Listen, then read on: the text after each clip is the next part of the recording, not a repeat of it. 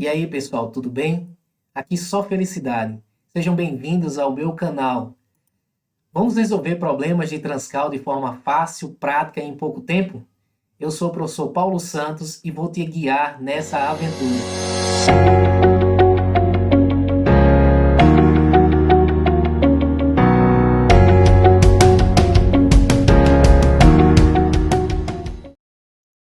E aí, pessoal, vamos lá para mais uma aula.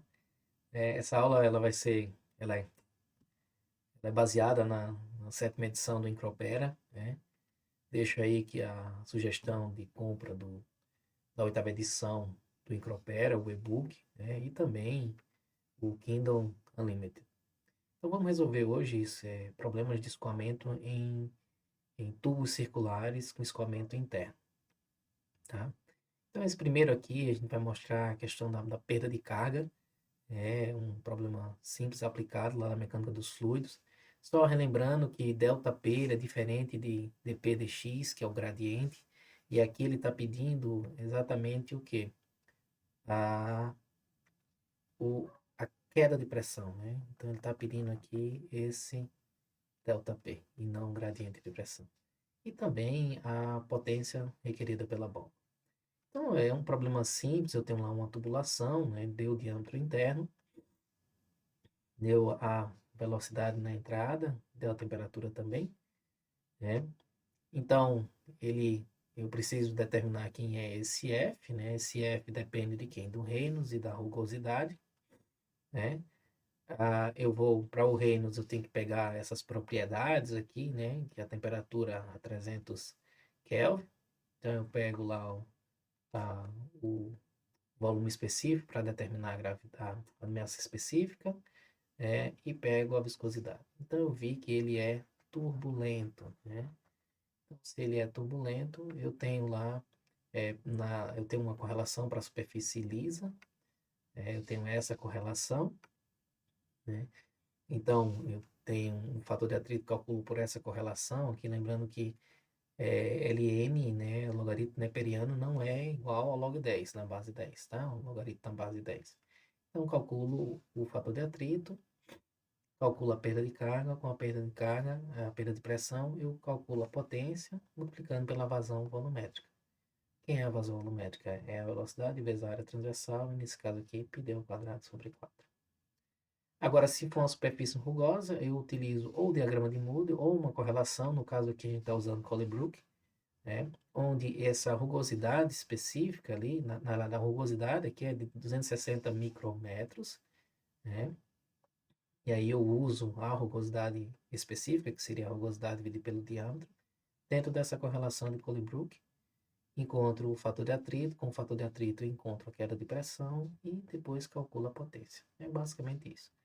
Só mostrando que aqui antes estava 1400 watts e aqui deu 2000, né? Aumentar consideravelmente quando a gente considera essa superfície rugosa, tá? Aí vem esse problema é um problema de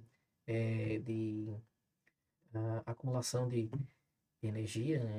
Então é uma bomba de calor que no inverno ele rouba calor desse tanque, onde fica gelo e água, tá? E então a temperatura aqui, como eu tenho gelo e água, tá a 0 graus Celsius, e aqui por dentro vai passar ar, tá? E aí ele dá vários detalhes aqui, né? Esse ar, ele quer que esse ar resfrie quando começar o verão.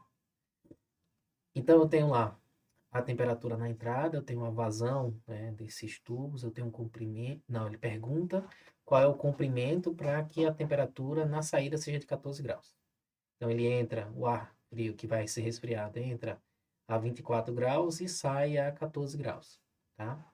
E na segunda parte ele pergunta quanto tempo levaria para derreter essa mistura aqui, né, de gelo mais água, tá? E aí ele diz que esse tanque tem um volume de 10 metros cúbicos e 80% é gelo. Ele dá as propriedades do gelo, a massa específica e o calor latente de fusão. Vamos resolver esse problema aqui. Então, eu tenho lá um tubo, né? Vamos imaginar um tubo, não vamos imaginar 10. Pega esse tubo, né? Vamos fazer todo o detalhe. A primeira coisa, ele quer saber qual é a temperatura que sai, né? Então, só relembrando algumas coisas, né? Ah, não, perdão, ele deu a temperatura que sai, né? Ele quer saber exatamente isso aqui. Ele quer saber, né, o meu comprimento para que saia com 14 graus. Entra com 24 e saia com 14. Ok, então eu utilizo como a temperatura aqui ela é constante, porque eu tenho uma mistura, né? Eu tenho uma mistura de gelo e água. Tá aqui, ó. Então, como eu tenho uma mistura de gelo e água, então a temperatura ela é constante, né? Ok, então aí eu vou, né? Eu vou determinar o comprimento fazendo isso aqui, aplicando o ln de um lado do outro, tá? E aí eu vou chegar nisso aqui. Só que eu preciso saber quem é o CP do ar e ainda o H do escoamento interno, tá? Então, para o H do escoamento interno, tem que, primeira coisa, calculo o Reynolds, né? Tá aqui, ó. Eu vou calcular o Reynolds, né? E aí eu vou saber se ele é laminar ou turbulento. Se for laminar, eu preciso saber se está na completamente desenvolvida. Se não está na completamente desenvolvida, eu vou ver se ele está num comprimento de entrada térmico ou num comprimento de entrada combinado. Ok, se for turbulento, eu preciso saber se esse T-S ele é moderado ou pequeno ou grande, né?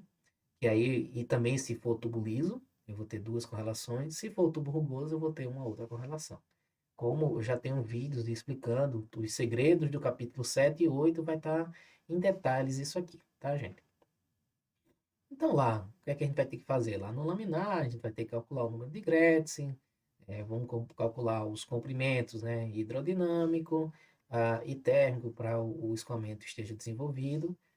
Então, caso seja obedecido, né, o hidrodinâmico e o térmico não, eu estou no comprimento de entrada, tá? E se os dois não forem obedecidos, esse critério, eu estou no comprimento de entrada combinada.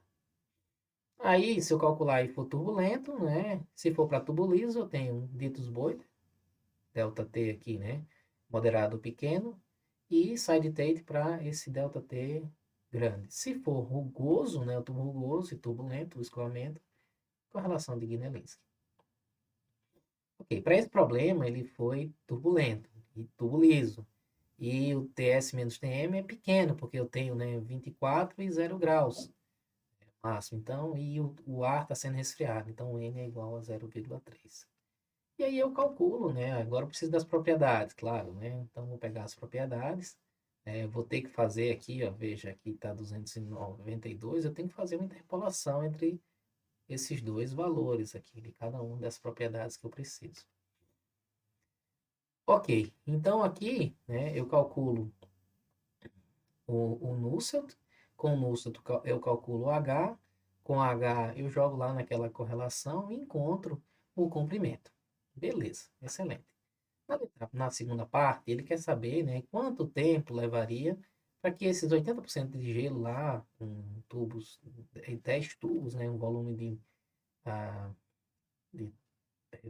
10 metros cúbicos, quanto tempo seria para derreter? Então eu vou fazer aqui um balanço de energia. A primeira coisa que vai aparecer aqui, gente, ó, eu tenho energia acumulada, claro, tá aqui. Energia que entra não. Desculpa. A energia que sai não existe, né? É zero. E a energia gerada também é zero. Eu só tenho uma energia que está entrando no meu volume de controle, que é no meu sistema ali, que é o gelo mais água, né? Então, essa taxa, né, é uma taxa transferida de um tubo para a mistura. Ok, então eu preciso multiplicar por Q total, né? Quem é o Q total? Desculpa, Q de um tubo é a vazão, CP do ar, T que entra menos T que sai, né? Porque a vazão foi dada para um tubo. Ok. Então, ali, uma vez fazendo isso, né, a energia acumulada, ela é dada por essa expressão aqui, né? O volume, a massa específica e o calor latente de fusão ali do gelo, dividido por ΔT. Lembrando que esse H aqui que a gente está usando aqui, gente, ó, ele é, ó, termodinâmico, tá? É joules por quilograma, certo? Então, esse 0,8 vem do 80%, jogo na expressão, encontro o meu ΔT, tá? Então, tudo isso aqui foram dados do problema, isso aqui você calculou, né? Isso aqui também foi um dado. E aí você calcula o ΔT, e aí finaliza essa questão. Ok. Nessa outra questão, o que é que acontece? Eu tenho um ar que está sendo aquecido, ele está escoando aqui internamente, tá? E na superfície aqui anular, né, entre o interno e o externo, eu tenho um vapor saturado que está escoando, certo? Um vapor saturado que está escoando. E aí ele vai perguntar várias coisas. Ele vai dizer, primeiro, que o calor transferido para o ambiente não existe, porque está isolado aqui, ó. Tá vendo? Esse tubo está isolado. Então, todo o calor que sai do vapor saturado, né, ele vai para esse ar que está sendo aquecido. E aí, como o vapor está saturado e ele começa a perder calor, ele começa a se condensar. Então, aqui no final, eu vou ter, ó, uma vazão de um vapor condensado, né? Um líquido que se condensou. Outra coisa que ele pergunta também é a temperatura na saída. E aí ele dá várias condições aqui, né? Ele diz que o ar entra, o diâmetro interno, ele deu a pressão, ele deu a temperatura de entrada, deu a vazão, né? Ele diz aqui que o vapor saturado, que se condensa, ele dá a pressão de saturação, né? E aí ele pergunta, né, qual é a temperatura, né, na saída, a pressão na saída, e depois qual é a vazão máxima desse condensado. Tudo bem, então vamos resolver o nosso problema. Primeira coisa é fazer um diagrama aqui do que está acontecendo, né? Note, o que é que está acontecendo aqui? Eu tenho uma região, eu estou na região de mistura ali na condensação, né? Dentro aqui desse anular. Então, veja que a temperatura ali, ela é constante, igual à temperatura de saturação, que eu chamei igual à temperatura de vapor, né? Que se condensa. Para eu determinar é, a temperatura que sai, eu preciso saber dessa expressão aqui, que eu chamei de B. Tá? Então, reescrevendo, ela vai ficar assim, esse aqui é o meu B. Então, a temperatura que sai depende disso aqui. Então, eu preciso calcular quem é o meu HI interno. Então, eu vou calcular o Nusselt, que é função do Reynolds, no diâmetro interno, multiplicando do A. Tá? Então, o Reynolds aqui foi calculado, ele foi maior do que 2.300, então ele é turbulento. Tá? Só que eu preciso determinar essas propriedades. Como é que eu determino isso? Eu determino utilizando a média entre as temperaturas de entrada e saída. Eu não tenho a temperatura na saída, então eu faço uma aproximação para a temperatura de entrada. Tá? Então aqui, aí eu vou na tabela, vou ter que fazer uma interpolação aqui, porque está entre 250 e 300. Calculo o Reynolds, está turbulento, ok? Eu pego também, vou na temperatura, lá nas propriedades da água saturada para encontrar quem? A temperatura de saturação, que é função dessa pressão de 2,455 bar. Porque eu preciso saber disso, essa temperatura, porque eu vou utilizar lá na correlação, né? Nessa temperatura da superfície aqui, ó. É função exatamente essa temperatura de saturação. Maravilha. Então, eu calculo, né? Calculo a temperatura lá na saída. Ok. Aí vem, o escoamento é turbulento, então eu tenho duas condições. No caso aqui, eu tenho um tubo liso, né? E as temperaturas, elas são moderadas, né? Ó, 400 e 290. Então, eu uso o Dietz-Boiter, onde esse N ali, né? Ele vai ser igual a 0,4, né? Porque eu estou tendo um aquecimento. Então, eu calculo o Nusselt, com o Nusselt calculo H, né? E aí eu vou calcular a temperatura na saída. Uma vez calculada a temperatura na saída, eu vou determinar quem? A pressão que sai, né? Como é que eu vou fazer? Se eu souber o ΔP, eu consigo encontrar a temperatura que sai, tá? Então, o ΔP é pressão que entra menos pressão que sai. Então, a pressão que sai vai ser essa pressão que entra menos esse ΔP. Como é que eu vou calcular esse ΔP? Utilizando essa correlação aqui, né? Onde a vazão e a área transversal vai ser essa aqui. Daí eu encontro a velocidade média, jogo aqui dentro. Quem é o F? O F para uma superfície lisa, né? E turbulenta vai ser essa correlação. Então eu calculo o fator de atrito, calculo a perda de carga, com a perda de carga, calculo a pressão que sai. É isso. Por fim, ele quer saber essa vazão aqui do condensado, né? Então, a gente faz um balanço de energia lá, né, do ponto de vista termodinâmico, ou seja, o calor que está sendo recebido pelo ar, é o mesmo que está fazendo com que esse fluido se condense, né? Esse vapor saturado se condense. Então, eu igualo essas duas taxas, calor sensível com calor latente, lembrando de novo que isso aqui é calor, né, termodinâmica, né? Entalpia de condensação do vapor d'água. Então, igualando essas duas equações, eu encontro a vazão do condensado, né? Eu já tenho a temperatura que sai, a temperatura que entra, isso aqui é tudo propriedades e a vazão foi dada. E aí eu resolvo o meu problema, né? Calculo a minha vazão do condensado. Ok, aqui estão os dados do calor de vaporização, né? Essa tabela. No último exercício, aqui também é de trocagem de energia, né? Eu tenho água que tá, uma água quente que está passando por uma tubulação, dentro de um sólido aqui que é de parafina. E esse sólido ele vai mudar de fase, né? Então ele já deu aqui uma condição, ó, de uma temperatura constante que está mudando de fase. Ele deu as propriedades da parafina e deu as propriedades da água, né? E aí ele vai perguntar aqui, né? Qual é a temperatura que sai aqui, né? Dessa água. E depois, quanto tempo seria para derreter essa parafina, né? Então, é um problema também ali, com mudança de fase, né? Então, eu tenho um escoamento que entra, que sai, né? Esse calor é o que está saindo para esquentar a parafina, tá? Então, veja, eu tenho duas incógnitas aqui, né? Então, eu tenho a taxa de transferência de calor, que depende de quem? Da temperatura que sai, né? E a temperatura que sai eu posso calcular por essa correlação aqui, né? Então, uma vez sabendo, eu sei quem é TS, que é a temperatura da mudança de fase, eu tenho a temperatura de entrada, eu preciso calcular o meu HI. O HI eu vou utilizar o Nusselt, que é a função de quem? De Reynolds e Prandtl. Nesse caso aqui, ó, foi turbulento, acima de 2.300. Falou alguma coisa sobre rugosidade dessa tubulação? Não. Então é um turbulismo, né? Então eu vou usar Titus Boiter de novo. Aqui eu tenho um ΔT aqui pequeno, né? E o meu N aqui, para o escoamento interno, ele está sendo resfriado. Esse N vai ser igual a 0,3, né? Como está mostrado aqui, ó. Está tendo resfriamento. Então, eu calculo o Nusselt, com o Nusselt calculo o H, com o H jogo naquela expressão lá e encontro a temperatura na saída. Com a temperatura na saída, calculo a taxa de transferência de calor. Então, resolvida essa primeira parte. Agora, vamos resolver o ΔT, né?